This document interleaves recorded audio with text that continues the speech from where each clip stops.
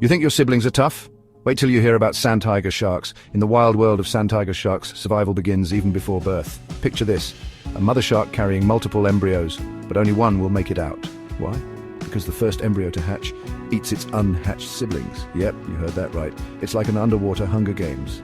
This brutal survival strategy, known as intrauterine cannibalism, ensures the strongest baby shark is born. It sounds harsh, but in the wild, it's survival of the fittest. And hey, if you're impressed by their fierce determination, hit that like button. Want more jaw-dropping animal facts? Subscribe to our channel and dive deeper into the animal kingdom. Got thoughts or questions?